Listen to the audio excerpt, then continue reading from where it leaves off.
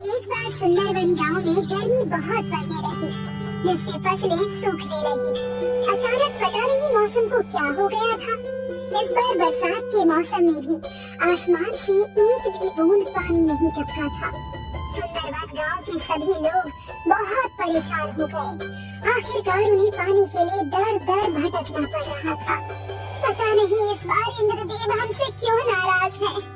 बरसात का मौसम खत्म होने वाला है, फिर भी आसमान में कहीं भी काले बादल नजर नहीं आ रहे। मुझे तो लगता है हमारे प्यारे से सुंदरवन गांव को किसी की नजर लग गई है, तभी ये सब हो रहा है। नहीं तो आज तक कभी भी ऐसे हालात देखने को नहीं मिले थे। मैं तो जब भी सुंदरवन गांव का नाम लेती हूँ तो मुझे वो प्यारे प्यारे सुंदर फूल, मन को मोहने वाले नजारे याद आते हैं। राधिका आंखें बंद करती है और आज से 2 साल पहले के सुंदरवन गांव को याद करती है। सुंदरवन बहुत ही खूबसूरत लग रहा है। सूर्योदय के समय सूरज की पहली किरण पड़ते ही गांव में चमक सी उठती है। चारों तरफ हरियाली ही हरियाली है। पंछियां सुबह सुबह चहक रही है और भोजन की तलाश में आसमान में निकल पड़ी है। महिलाएं कुएं से पानी भरकर आ रही हैं। किसान अपने बैलों को लेकर खेतों की तरफ बढ़ रहे हैं। बच्चे अपना स्कूल बैग लेकर स्कूल जाने के लिए निकले हैं। सभी लोग संपन्न और खुशहाल दिखाई दे रहे हैं। राधिका एक सुनहरे सपने की तरह सबको याद कर रही थी कि तभी वीरेंद्र उसे सपने से जगाता है। अरे कहाँ खो गई? आजकल खुली आंखों से भी सपने देखने लगी हो क्या? सपना नहीं देख रही थी, आज से 2 साल पहले के सुंदरवन को याद कर रही थी। हाँ यार, वो भी क्या दिन थे जब इस गांव में खुशहाली ही खुशहाली, हरियाली ही हरियाली और चारों तरफ चकाचौंध थी। लोग इस गांव को देखने के लिए, यहाँ की खूबसूरती देखने के लिए दूर दूर से आया करते थे। और एक आज का दिन है, इस गांव में जीना मुश्किल हो गया है। पता नहीं आगे क्या होगा। फसलें सूख जाने से सारे गांव में अनाज की किल्लत है। किसी के घर में भी इतना राशन नहीं बचा है कि वो 1 महीने तक भरपेट खाना खा सके। तुम 1 महीने की बात कर रही हो?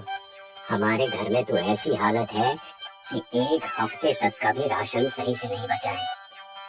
मुझे ही पता है कैसे मेरी माँ और बाबा खुद को भूखा रखकर हमारा पेट भर रहे हैं। हे ईश्वर, हमारी मदद कीजिए, नहीं तो भूख के कारण हमारा ये सुंदरवन गांव एक शमशान घाट बनकर रह जाएगा। मुझे लगता है हमें इस समस्या को दूर करने के लिए अपने गांव में एक हवन करवाना चाहिए। हाँ, यही सही रहेगा। वीरेंद्र और राधिका गांव में जाकर सभी लोगों को हवन के बारे में बताते हैं। सूखे की समस्या को देखते हुए सभी लोग हवन के लिए राजी हो जाते हैं। गांव में भगवान के मंदिर के सामने एक बहुत बड़ा हवन किया जाता है। हवन खत्म होने पर इस गांव में एक साधु बाबा आते हैं। भिक्षाम देहि माई। साधु बाबा एक एक करके गांव में सबके दरवाजे पर जाते हैं। हे माई, ये साधु कई दिनों से भूखा है, कुछ खाने के लिए दे दो। बाबा, घर में तो कल रात से चूल्हा नहीं जला है। मैं 1 दिन छोड़कर 1 दिन खाना बनाती हूँ, क्योंकि घर में पर्याप्त राशन नहीं है। ये सुनकर साधु बाबा जैसे ही इस घर से निकलने लगते हैं, वो औरत साधु बाबा को आवाज लगाती है। रुक जाइए बाबा, आप मेरे द्वार से खाली हाथ नहीं जा सकते। और वो औरत घर में जो भी राशन बचा है, वो साधु बाबा की झोली में डाल देती है। ईश्वर तुम्हारी रक्षा करे और तुम्हारे सारे संकटों को दूर करे। साधु उस औरत को आशीर्वाद देकर और भिक्षा लेकर वहाँ से दूसरे घर की तरफ चले जाते हैं। साधु को एक कुटिया दिखाई देती है, जिसमें एक परिवार खाना खा रहे हैं। भिक्षाम देहि। साधु की आवाज सुनकर परिवार का मुखिया बाहर आता है और उन्हें अपने हिस्से का खाना दे देता है। साधु उस मुखिया के हिस्से की 1 रोटी खाते हैं, पर उससे साधु का पेट नहीं भरता। साधु के चेहरे पर असंतुष्टि के भाव देखकर परिवार का मुखिया अंदर जाता है और अपनी बीवी का खाना लाकर भी साधु बाबा को दे देता है। साधु बाबा ये 1 रोटी और खा लेते हैं, पर इससे भी उनका पेट नहीं भरता। हे सज्जन पुरुष, तुमने ये अधूरा खाना खिलाकर मेरी भूख को और भी बढ़ा दिया है। ये लीजिए बाबा, आप मेरा भी खाना खा लीजिए। ये लीजिए साधु बाबा, आप मेरे हिस्से का भी खाना खा लीजिए और अपनी भूख मिटाइए। साधु बाबा ये सारा खाना खाते हैं और इस परिवार की सेवा भक्ति को देखकर इन्हें आशीर्वाद देते हैं। हे सज्जन पुरुष, मैं तुम्हारी सेवा और दान प्रवृत्ति देखकर बहुत खुश और चकित रह गया हूँ। तुमने और तुम्हारे परिवार ने खुद को भूखा रखकर आज मेरा पेट भरा है। ईश्वर तुम्हारी रक्षा करे, तुम्हारे सभी कष्टों को दूर करे। साधु बाबा इनको आशीर्वाद देकर अगले घर के दरवाजे की तरफ बढ़ते हैं। ऐसा करते करते साधु बाबा पूरे सुंदरवन गांव में घूमते हैं और भिक्षा मांगते हैं। देखते ही देखते शाम हो जाती है और साधु बाबा इस गांव से चले जाते हैं। गांव के सभी लोगों के पास जो भी कुछ था उन्होंने सब कुछ साधु बाबा को दान कर दिया था। अब किसी के पास भी अगले दिन खाने के लिए एक दाना भी राशन का नहीं बचा था। पर जैसे ही सुबह होती है और सूरज निकलता है तो सुंदरवन गांव के नजारे को देखकर सभी लोग चकित हो जाते हैं, क्योंकि गांव की एक तरफ से पानी की नदी और दूसरी तरफ से चावल की नदी बहने लगती है।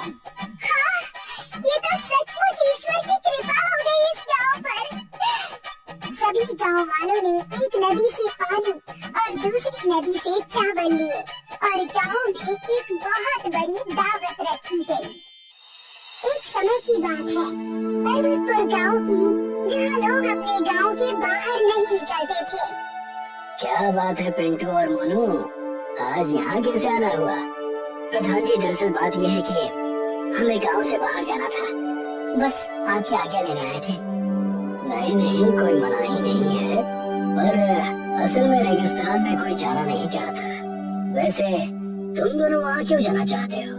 हमें तो लगा कि गांव से बाहर जाने पर प्रतिबंध लगा है। हम तो बस देखना चाहते थे कि ये गांव के बाहर का रेगिस्तान कैसा है और सिर्फ हमारा गांव ही रेगिस्तान जैसा क्यों है।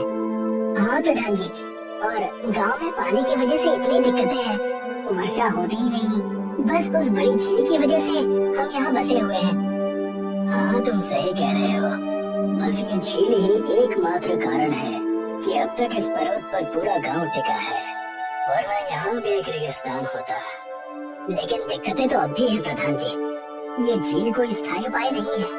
हम सोच रहे थे कि बाहर जाकर देखें, शायद कुछ समझ में आए हमारे और हम गांव की मदद कर पाए। सोच तो बहुत बढ़िया है, ठीक है तुम दोनों जाओ और अपना ध्यान रखना। प्रधान से आशीर्वाद लेकर दोनों वहाँ से निकल पड़े। धन्यवाद मोनू, अपने साथ लाने के लिए। मुझे भी इस गांव के लिए कुछ करना है और तुमने मुझे भी प्रयास करने का एक मौका दिया। अरे इसमें मैंने कुछ नहीं किया, बस कुछ करने की चाह होनी चाहिए। फिर हमारा साथ ना भी होता तब भी तुम इस यात्रा पर निकल ही जाते। चलो अब हम चलते हैं पानी की तलाश में ऐसी जगह जहाँ हम गांव वालों को ले जा सके। तीनों रेगिस्तान में निकल पड़ते हैं और एक साथ कोई नई जगह ढूंढने लगते हैं। पूरा दिन ढूंढने के बाद उन लोगों को कुछ नहीं मिलता और रात हो जाती है। आज तो हाथ में बस ये रेत आई, कुछ ऐसा मिला ही नहीं जिससे गांव का भला हो सके। हाँ, क्या हमें यहाँ इस रेत में कुछ मिलेगा भी? आज का दिन बीता नहीं और तुम दोनों ने अभी से शिकायतें शुरू कर दी। पर जहाँ तक नजर जा रही है बस रेत ही रेत दिखती है। अभी तो बस एक दिन हुआ है, हमें और समय देना होगा, तब जाकर कुछ हाथ लगेगा। अगर इतनी जल्दी कोई उपाय मिल जाता तो गांव में इतनी दिक्कत होती ही क्यों? हाँ सही कह रहे हो, वो सब छोड़ो, लेकिन रेगिस्तान में रात के समय काफी ठंड लगती है। लगता ही नहीं है कि ये वही दोपहर वाला रेगिस्तान है। हाँ सही कहते हो, तुम्हारी बात सुनकर मुझ में एक नया उत्साह आ गया है मोनू। अब चलो सो जाते हैं और कल फिर अपनी खोज को आगे बढ़ाएंगे। तीनों लोग टेंट में चले जाते हैं। अगला दिन होता है और तपती धूप में फिर सफर शुरू होता है। अरे गोलू, पानी रखा तो है? हाँ पानी तो है, तुमने अभी कुछ देर पहले ही पानी पिया था ना, अब थोड़ा सब्र करो। हाँ पिंटू, थोड़ा रुक जाओ। हाय गर्मी, इतनी धूप है मानो पसीना भी सूख लेगा। तीनों धूप में चल रहे थे, तभी पिंटू, जो कि बहुत ही थका हुआ था, अचानक बहुत ही खुश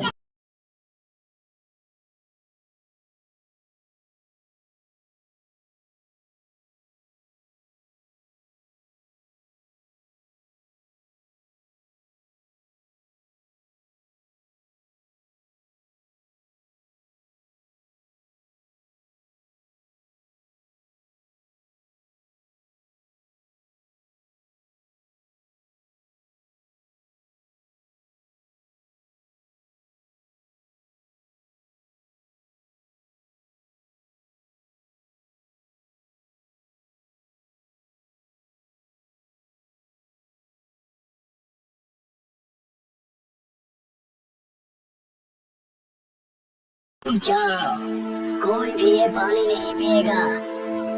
कौन बोला? मैंने बोला।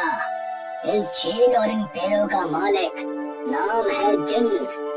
अरे, ये आवाज कहाँ से आ रही है? नीचे तो देखो। तीनों लोग नीचे की ओर नजर करते हैं और देखते हैं कि वहाँ एक जिन है, जो कि कद में बस उनके घुटने तक का ही है।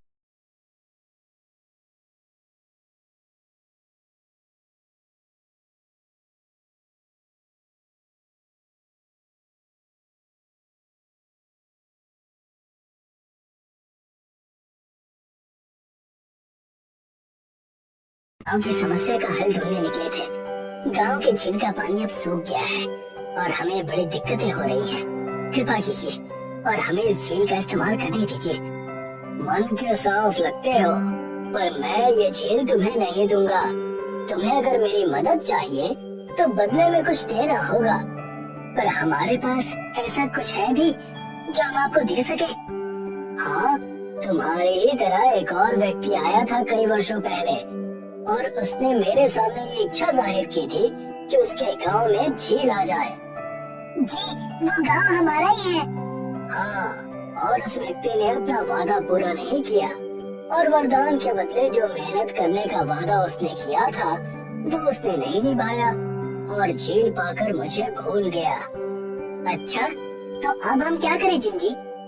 कुछ करो नहीं, उस व्यक्ति का वादा पूरा करो। तुम्हारे गांव की समस्या अपने आप ठीक हो जाएगी। पर उसने ऐसा क्या वादा किया था? वैसे मैं आपको पहले ही बता दूं कि हमारे गांव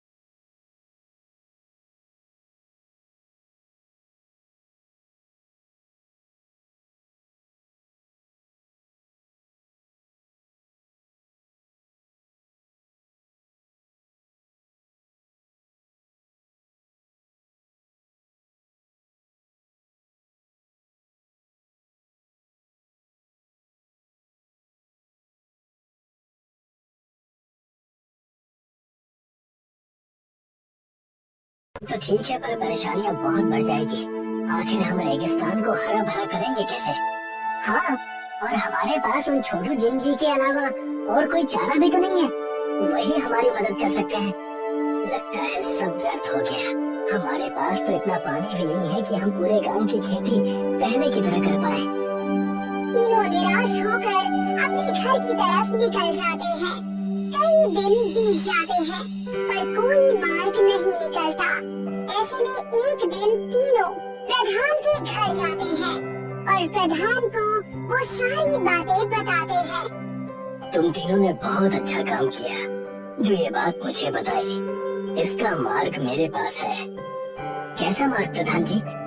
दरअसल कई पुश्तों से बीज की कुछ बोरियां हैं जो कि उसे दी जाती है जो इस गांव का प्रधान बनता है। पिछले प्रधान ने मुझसे कहा था कि ये बोरियां मैं संभाल कर रखूं। ये बोरियां जादुई हैं और इनके इस्तेमाल से रेगिस्तान एक दिन हरा भरा हो जाएगा। क्या सच प्रधान जी? एकदम सच बेटा पिंटू। कहा जाता है कि जब ये गांव बसा था और ये झील हमें मिली थी, उसी समय इस बीज का इस्तेमाल करके इस रेगिस्तान को हरा भरा किया जाना था, पर गांव के लोगों ने उन्हें रोक दिया। वजह क्या थी ये तो मैं भी नहीं जानता। मोनू, ये जिंजी की बात तो सच निकली। चलो हम तीनों अभी इन बीजों को रेगिस्तान में बोना शुरू करते हैं। रुको, अगर इन्हें बोने से गांव का कुछ भला होगा तो मैं अन्य गांव वालों से भी तुम्हारी मदद करने के लिए कहता हूँ। अगर हमने कुछ दूर तक इन पेड़ों को बो दिया तो आगे का रेगिस्तान भी हरा भरा होने लगेगा। प्रधान तीनों को एक बोरी बीज दे देते हैं। चलो अब इन्हें बोते हैं और रेगिस्तान को हरा भरा करते हैं ताकि जिंजी हमारी मदद करे। गांव वालों की मदद से तीनों रेगिस्तान में बीज को दूर दूर बोना चालू कर देते हैं। उन्होंने उन सारी बोरियों के बीजों को अब काफी दूर दूर तक बो दिया था, लेकिन कई हफ्तों के बीतने के बाद भी वहाँ पर कोई पौधा नहीं उगा। ये देखकर तीनों दोस्त, प्रधान और गांव के लोग उसी झील के पास गए जहाँ पर वो जिन्न था। अरे मोनू, कहाँ है ये जिंजी? दिखाई तो नहीं दे रहा है। मैं यही हूँ। कहाँ? नीचे देखो, नीचे। अरे ये तो सचमुच छोटू जी है, बिल्कुल।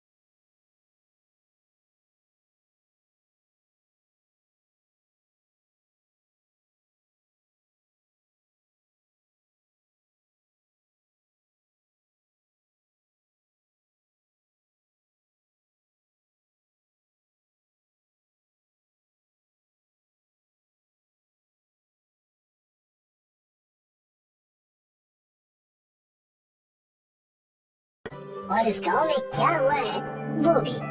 अच्छा, ऐसा क्या समझ गए तुम? हमें भी बताओ। हमारे गांव की झील जिंजी ने ही हमें प्रदान की थी, और जिस व्यक्ति ने उनसे ये झील पाई उन्होंने इस रेगिस्तान को हरा भरा करने का वादा किया था।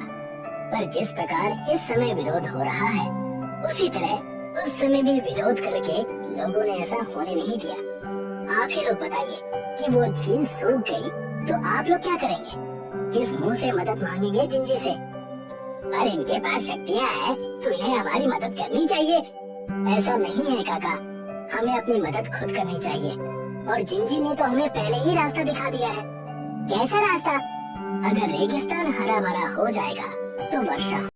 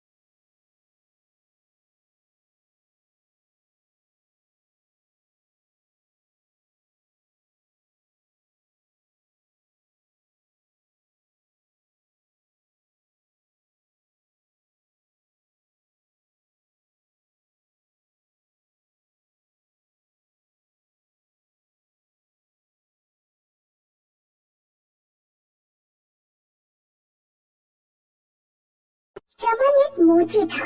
वो सड़क के किनारे जूते चप्पल जोड़ने और जूते पॉलिश करने का काम करता था। अगर किसी बहन जी की चप्पल टूट गई तो चमन मोची के पास आइए, मात्र 20 रुपए में चप्पल ठीक कराइए। अगर किसी बाबूजी का जूता गंदा हो गया तो चमन मोची के पास आइए और 20 रुपए में जूता पॉलिश कराइए। चमन दिन भर में 150-200 रुपए से ज्यादा नहीं कमा पाता था। देर रात वो अपने घर सब्जी और आटा लेकर पहुंचा। लो सरला, आज फूल गोभी लेकर आया हूँ। सूखे मसाले डालकर खूब चटपटी करके बनाना, फूल गोभी इस समय बहुत महंगी है, तो गोभी लाने की क्या जरूरत थी। लौकी तुरई कद्दू खा खा कर मन उब गया है, तो आज मैंने सोचा गोभी ले चलता हूँ। अपनी कमाई देखकर चीजें खरीदा करो, महंगे आइटम खाने हैं तो ये मोच से गिरी छोड़कर कोई और काम धंधा शुरू करो। अब मैं और क्या काम करूँ? मेरे पिताजी भी मोची थे, उन्होंने मुझे सारे काम सिखाए। तुम जरा खाना बनाने से पहले थोड़ी चाय बना लो, वरना खाना खाने से पहले ही मुझे नींद आ जाएगी। कुछ देर बाद सरला चाय लेकर आई। ये लीजिए, मसाले खत्म हो चुके हैं, तुम हल्दीराम सेठ की दुकान से मसाले ले आओ, वरना गोभी बिल्कुल बेस्वाद बनेगी। जाता हूँ, अभी जाता हूँ, लेकिन कहीं हल्दीराम की दुकान बंद न हो गई हो। चमन सेठ हल्दीराम की दुकान पर गया। हल्दीराम गांव में मसालों का सबसे बड़ा व्यापारी था। जब चमन हल्दीराम की दुकान पर पहुंचा, तो हल्दीराम उस समय दुकान का शटर गिरा रहा था। सेठ जी रुक जाइए, मुझे 50 ग्राम धनिया, 50 ग्राम कश्मीरी लाल मिर्च, 50 ग्राम सब्जी मसाला और 50 ग्राम हल्दी दे दीजिए। अब मैं तुम्हारे 50-50 ग्राम मसालों के लिए फिर से दुकान खोलूं? टाइम पर क्यों नहीं आते? माफ कीजिए सेठ जी, आज काम से लौटते वक्त जरा देर हो गई। मेरी घरवाली में भी बुद्धि जरा कम है, जब मसाले पूरी तरह से खत्म हो जाते हैं तभी बताती है। पैसे लाए हो या खाली हाथ ही चले आए हो? नहीं सेठ जी, पैसे लेकर आया हूँ। हल्दीराम ने दुकान खोलकर सारे मसाले दिए। ये लो 400 रुपए दो। सेठ जी 400 रुपए कैसे हो गए? क्या मसाले इतने महंगे हो गए हैं? देखो रात के 11 बजने वाले हैं, ये मोल भाव करने का समय नहीं है। तुम जैसे गरीबों को तो सौदा देना ही बेकार है। चुल्लू भर सामान खरीदते हो और दाम देने में भी आनाकानी करते हो। तुम्हारे पास 400 रुपए है तो बताओ, वरना मेरा समय बर्बाद मत करो। सेठ जी इस समय मेरे पास 200 रुपए हैं, आप इन्हें रख लीजिए, कल मैं आपको बाकी के 200 रुपए दे जाऊंगा। ले जाओ फ्री का माल। तुम गरीबों को सामान उधार दे देकर मेरे हजारों रुपए फंस गए। हल्दीराम ने चमन की खूब बेइज्जती कर ली, फिर उसे मसाले दिए। चमन मसाले लेकर घर पहुंचा। खाना खाते समय सरला ने चमन से कहा, कई महीने हो गए, लेकिन मुझे ना तो उल्टियाँ हुई हैं और न ही पेट में कोई भारीपन महसूस हो रहा है। कल आप मुझे डॉक्टर के पास ले चलिए। ठीक है, कल काम पर जाने से पहले तुम्हें डॉक्टर के पास ले चलूंगा। चमन अगले दिन अपनी पत्नी को डॉक्टर के पास लेकर गया। कुछ जांचें करने के बाद डॉक्टर ने कहा, वैसे तो सब कुछ ठीक है, लेकिन तुम्हें अपना खान पान सुधारना होगा। अनार, सेब, मछली, अंडा, दूध, दही, ये सब अपने खान पान में शामिल करो। उस दिन रात में चमन सरला के लिए अनार और सेब लेकर पहुंचा। फल तो बहुत महंगे होंगे, आज आप हल्दीराम सेठ के पैसे कैसे चुकाएंगे? अरे तुम चिंता क्यों करती हो, उसके पैसे बाद में चुका दिए जाएंगे। थोड़ी बहुत बातें सुनाएगा तो मैं सुन लूंगा, फिलहाल तो मैं उधर जाऊंगा ही नहीं। अपनी पत्नी को अच्छा खिलाने के लिए चमन खूब मेहनत करने लगा। वो जहाँ मोची गिरी का काम करता था, उस स्थान पर उसने बेचने के लिए कुछ पुरानी चप्पलें भी रख ली। जल्दी ही चमन ने अपनी कमाई दोगुनी कर ली। जैसे जैसे सरला के पेट में उभार आ रहा था, वैसे वैसे चमन की खुशियाँ बढ़ती जा रही थी। चमन खुशी में हल्दीराम के पैसे वापस करना तो भूल ही गया। एक दिन वो खिलौने ले आया। इतनी जल्दी खिलौने क्यों ले आए? अंदर से इतनी खुशी हो रही थी कि मुझसे रुका ही नहीं गया। उधर हल्दीराम बहुत दिनों से चमन का इंतजार कर रहा था। चमन सौदा लेकर उस दिन के बाद से तो गायब ही हो गया, अब तो इधर से निकलता भी नहीं है। माने चमन की घरवाली पेट से है, इसीलिए चमन इस समय उसी की सेहत बनाने में लगा है। आपके कर्ज की उसे कोई चिंता नहीं है। हल्दीराम की भी पिता बनने की बहुत इच्छा थी, लेकिन उसकी शादी के कई सालों बाद भी उसकी पत्नी का गर्भ धारण नहीं हुआ था। हल्दीराम को चमन से जलन महसूस हुई। 200 का सूद बढ़ते बढ़ते 5000 पहुंच गया है। अब मैं चमन से पूरे 5000 वसूल करूंगा। रात में दुकान खुलवाकर सामान लेकर गया और अब पैसे देने का होश नहीं। कल पता लगेगा उस 2 कौड़ी के मोची को। अगले दिन हल्दीराम ने अपने आदमियों को चमन के पास भेजा। चमन रोड पर उस समय अपनी दुकान लगा कर ही बैठा था। तुमने सेठ हल्दीराम के पैसे नहीं लौटाए, इसलिए हम तुम्हारा सारा सामान जब्त करने आए हैं। मात्र 200 रुपए के लिए तुम मेरा सारा सामान जब्त कर लोगे? 200 नहीं 5000। सेठ जी के कर्ज पर चक्रवृद्धि ब्याज लगता है, उसका हिसाब तुम्हें समझ में नहीं आएगा, लेकिन बस इतना जान लो कि तुम्हारा कर्ज 5,000 हो गया है। भाइयों, इसका सारा सामान उठा लो। मेरे ऊपर दया करो, इस सामान से मेरी रोजी रोटी चलती है। मैं सेठ जी का कर्ज चुका दूंगा, लेकिन इस समय मेरा सामान छोड़ दो। मैं तुम्हारे सामने हाथ पैर जोड़ता हूँ। ये सब ड्रामा ना हमारे सामने नहीं चलेगा। हल्दीराम के आदमियों ने चमन का सारा सामान बटोर लिया और ले गए। चमन रोता हुआ उनके पीछे पीछे हल्दीराम के पास पहुंचा। सेठ जी, मेरी पत्नी गर्भवती है। इस समय मुझे पैसों की बहुत जरूरत है। मेरे ऊपर दया कीजिए, मेरा सारा सामान लौटा दीजिए। 5,000 चुका दो, फिर अपना सामान ले जाना। मेरे सामने रोने धोने का कोई फायदा नहीं, मुझे सिर्फ पैसों से मतलब है। चमन उदास होकर घर पहुंचा। क्या हुआ, आज आप इतनी जल्दी कैसे घर आ गए? हल्दीराम सेठ ने मेरा सारा सामान छीनकर अपने पास रख लिया। कहता है 5,000 का कर्ज चुकाओ, फिर सामान वापस मिलेगा। उस हल्दीराम की हिम्मत इतनी बढ़ गई, तुम अभी पुलिस के पास जाओ। पुलिस के पास जाने का कोई फायदा नहीं। हल्दीराम की बहुत जान पहचान है, मेरे जैसे गरीब की पुलिस नहीं सुनने वाली। तो आप क्या हाथ पे हाथ धरे बैठे रहेंगे, कुछ नहीं करेंगे? बहुत कुछ करूँगा। तुम कहती थी ना कि मोचीगिरी का काम छोड़ दो। हल्दीराम की वजह से ही सही ये काम अब छूट गया। अब मैं जूते चप्पलों की दुकान खोलूंगा। लेकिन उसके लिए पैसे कहाँ से आएंगे? मकान गिरवी रखकर। चमन ने अपना मकान गांव के प्रधान के पास गिरवी रख दिया और 2 लाख का इन्वेस्टमेंट करके जूते चप्पलों की शानदार दुकान खोली। चमन मजबूत टिकाऊ जूते चप्पल उचित दामों पर बेचता था, इसीलिए उसकी दुकान चल निकली। कुछ महीनों बाद एक दिन चमन हल्दीराम सेठ के पास पहुंचा। सेठ, मैं तुम्हारे रुपए चुकाने आया हूँ। हालांकि अब मुझे मोचीगिरी के सामान की कोई जरूरत नहीं है, लेकिन वो सामान मेरे पिताजी की निशानी है, इसीलिए वो मुझे वापस चाहिए। चक्रवर्ती ब्याज से तुम्हारा कर्ज अब 20,000 हो गया है। इतना कर्ज चुका पाओगे? चमन ने नोटों की गड्डी हल्दीराम की तरफ फेंकी। 25,000 है, रख लो, जरूरत पड़ने पर तुम्हारे काम आएंगे। चमन मोचीगिरी का अपना सारा सामान ले गया। हल्दीराम को पहली बार अपना अपमान महसूस हुआ। मेरा इतना अपमान, कल का ये मोची आज मेरे सामने रुपए फेंक कर गया है। प्रधान जी के पास घर गिरवी रखकर इसने अपनी दुकान शुरू की है ना, मुझे सब पता है। इसकी वो हालत करूंगा कि ना ये घर का रहेगा ना घाट का। एक दिन हल्दीराम प्रधान के पास गया। जय राम जी की प्रधान जी। राम राम हल्दीराम, आज इधर दर्शन कैसे दे दिए? तुम्हें तो मसालों से नोट कमाने से ही फुर्सत नहीं मिलती। प्रधान जी, मैं आपके पास अपना कारोबार बढ़ाने के सिलसिले में ही आया हूँ। दरअसल मैं चमन का मकान खरीदना चाहता हूँ। वो जगह गोदाम बनाने के लिए एकदम परफेक्ट है। मैं उस मकान के 5 लाख रुपए देने को तैयार हूँ। आपके पास उस मकान के कागज तो है ही, मुझ पर कृपा करें और वो मकान मुझे बेच दे। 5 लाख की कीमत सुनकर प्रधान के मन में लालच आ गया।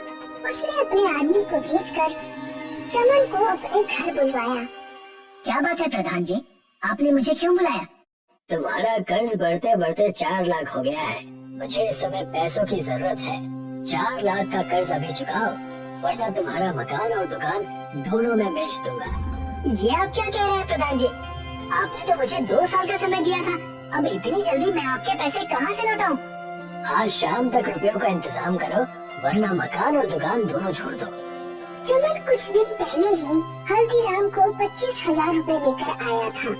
उसके पास 4 लाख का इंतजाम किसी भी तरह नहीं हो सकता था। शाम को प्रधान के आदमी चमन के पास गए और उसकी दुकान और मकान पर कब्जा कर लिया। चमन की पत्नी 8 महीने की गर्भवती थी। चलो जंगल की तरफ चलते हैं, गांव में तो हमारे लिए कोई जगह नहीं बची। चमन और उसकी पत्नी जंगल में गए। वो जंगल में खाने की तलाश में काफी आगे चले गए। उन्हें एक नदी मिली। ये नदी जरूर किसी न किसी गांव तक जाती होगी। चमन ने लकड़ी की एक नाव बनाई और दोनों लोग उस नाव में बैठ गए। उस नदी ने चमन और सरला को एक रेगिस्तान तक पहुंचा दिया।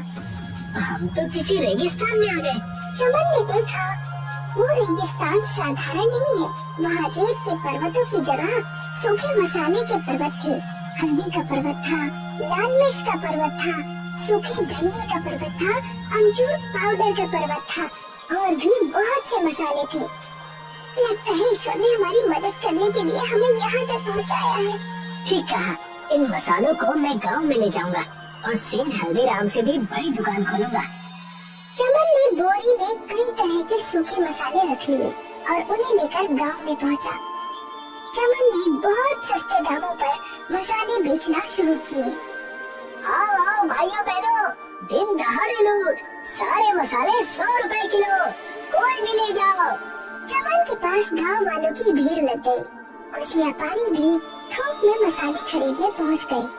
हल्दीराम को जब ये बात पता लगी तो वो खुद उस स्थान पर पहुंचा जहां चमन मसाले बेच रहा था। हल्दीराम ये देखकर भौचक्का रह गया कि चमन के पास इतने सारे मसाले कहां से आ गए।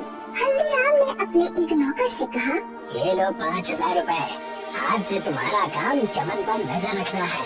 जरा पता लगाओ कि चमन ये मसाले कहाँ से लेकर आ रहा है। अब चमन का सारा माल बिक गया तो चमन एक रात जंगल की तरफ गया। हल्दीराम के आदमी ने चमन को नदी से रेगिस्तान पहुँचते हुए देख लिया। उसने सारी बात जाकर हल्दीराम को बताई। सेठ जी, जंगल में एक नदी है जो मसालों के रेगिस्तान तक जाती है। मसाले का रेगिस्तान? हाँ सेठ जी, मसाले का रेगिस्तान। वहाँ हर तरह के मसालों के रेत जैसे पहाड़ हैं। हल्दीराम तुरंत नाव पर सवार होकर मसालों के रेगिस्तान पहुंचा। उसने भी बोरों में मसाले भर लिए और अपनी दुकान तक ले आया। लेकिन जैसे ही उसने बोरियां खोलकर देखी तो उसे पता लगा कि बोरियों में तो रेत है। ये कैसे हो सकता है? मैं तो मसाले लेकर आया था, लेकिन ये तो रेत है। उधर चमन भी रेगिस्तान में मसाले भरकर लाता था। उसके मसाले ही रहते थे। सेठ जी, मुझे तो लगता है कि चमन को कोई वरदान प्राप्त है। वो भी उसी रेगिस्तान से मसाले लाता है, लेकिन उसके मसाले रेत नहीं बनते। चमन जल्द ही बहुत अमीर हो गया। उसने मसालों की बड़ी सी दुकान खोली। अब हल्दीराम को कोई पूछता भी नहीं था। अब तो एक ही उपाय बचा है, किसी तरह मैं उस रेगिस्तान के मसालों को खराब कर दूं। हल्दीराम एक मोटर और एक बड़ा सा पाइप लेकर रेगिस्तान पहुंचा।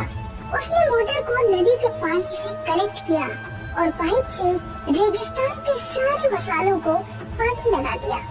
लेकिन कुछ ही घंटों में धूप से पानी सूख गया और मसाले पहले जैसे हो गए। लगता है रेगिस्तान में पानी डालने से काम नहीं चलेगा। मैं इन मसालों में आग लगा दूंगा। हल्दीराम ने ढेर सारे पैसे खर्च करके बहुत बड़ी मात्रा में पेट्रोल खरीदा। वो पेट्रोल लेकर रेगिस्तान में पहुंचा। उसने पूरे रेगिस्तान में पेट्रोल छिड़का और आग लगा दी। मसाले जलने लगे। हल्दीराम बहुत खुश हुआ। अब मसालों का दी एंड हो गया। अब देखता हूँ चमन क्या करता है। हल्दीराम अपने घर बहुत खुश होकर पहुंचा। अगले दिन वो फिर से रेगिस्तान को देखने गया। आग बुझ चुकी थी और केवल मसालों के ऊपर की ही परत जली थी। अंदर से सारे के सारे मसाले पहले जैसे ही रहे। उसी समय चमन वहाँ पहुँचा। हल्दीराम, तुम्हारी हरकतें इस रेगिस्तान पर कोई असर नहीं डाल पाएंगी। तुम अपने मसाले की दुकान कहीं और शिफ्ट कर लो, क्योंकि मेरे सामने तुम्हारी दुकान तो चलने से नहीं। चमन रेगिस्तान से मसाले भरकर ले गया। मैं इस पूरे के पूरे रेगिस्तान को ही साफ कर दूंगा।